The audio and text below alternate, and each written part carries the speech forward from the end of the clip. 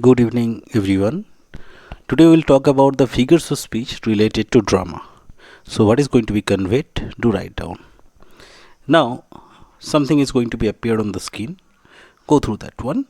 A dramatic device is a convention used in drama as a situation for reality that the audience accept as real, although they now know them to be false. Now, this is a formal definition. If you wish, you can write down. But these are very much needed to make a drama meaningful and one attractive one. Now, first, what you have act, one of the main division of the play. Shakespeare favored the 5-act structure of his play, and scene is a smaller unit of act. Now, next we are going to talk about few of the devices, and first is going to be our aside. A character reveals his or her true feelings by directly addressing the audience. Keep it in mind, do write down the formal definition, but you should know what is this allusion, aside. In aside, the character speaks something to the audience, not audible to other characters. Or you can say he speaks to his own self, only audible to the audience. Okay, so next comes soliloquy. This long speech, a speech delivered by a character while he or she is alone on the stage.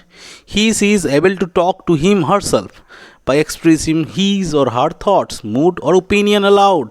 The playwright uses this device to inform the audience of the character's state of mind, his or her motives and intention, or to advance the plot, to create a suspense, foreshadow future events, or give information about others that would otherwise remain unvoiced. Chorus, a character or group of characters who give comments on the play, which link acts or foreshadow coming events. Just like in Julius Caesar, we have plenty of soliloquies, and we have the soliloquy of Marcus Brutus as well as of Julius Caesar himself. And chorus in Merchant of Venice, we have seen that one song that hinted Bassanio to choose the correct casket. So that is called Ding Dong Bell. That is a chorus. Okay. So these are very important devices to make a drama meaningful or to make it attractive, so the audience feel cheerful and entertained. Next. Now we are going to have one of the most important one, that is called allusion. It is a reference to a person, place or event, or to the author, literary work or passage. Just like in Merchant of Venice, we had got one allusion from Shakespeare's own play, that is Cato's daughter's Brutus Portia.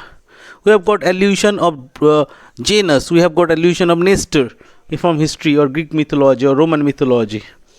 Now, dramatic irony occurs when a character's words act carry a larger meaning that the character does not perceive. That means what he is saying just opposite to that one, or that is not in reality.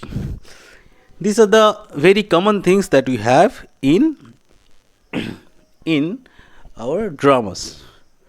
Now next is pun. A play on words used actfully by Shakespeare for comedy and often creates irony. Just like in Merchant of Venice, we have seen that Lancelot is going to say, "You can count the ribs of my chest." That means he is having starvation. Now, hubris, excessive pride of self-confidence, which leads to the downfall of the character. Catharsis, emotional purification or relief. And poetic justice, that means the evil will be punished and the good will be rewarded. Do write down these things. And these things, just like we have catharsis in case of Shylock also, when he is going to get converted into Christianity. As well as we have poetic justice when Shylock was punished and Antonio was rewarded. And hubris is what? Just like Macbeth, he was too much proud of himself, and that leads to his downfall. At the end, we have sympathy for him, that is catharsis on part of him.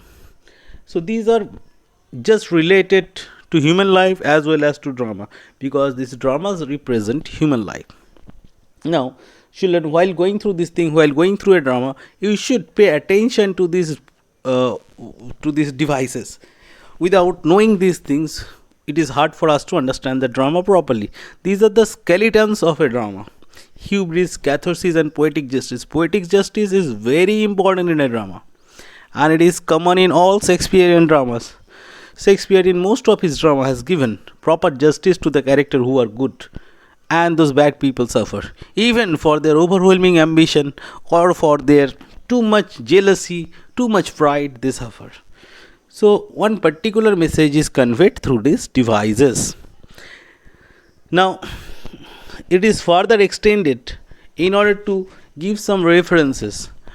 Just like in Macbeth, Macbeth was having overwhelming ambition. He wanted to be the best of all. He wanted to be the most powerful and the most respected one. For that reason, he killed all his friends and ultimately he suffered. Not only that, if you look at other dramas, just like if you look at King Lear, King Lear had too much love for his one daughter, that is Cordelia, and he rejected other daughters. He did not love them properly. Regan and I forgot another name, Goneril. Yeah, Goneril. So ultimately, for that reason, what happened? That excessive love leads to his downfall. And ultimately, we are very sad when we saw that king, he suffered so much. He was walking in rain in the empty field. And poetic justice, what happened? It is a tragedy. And ultimately, King Lear suffered at the end. For his bad deeds, for his madness, he suffered.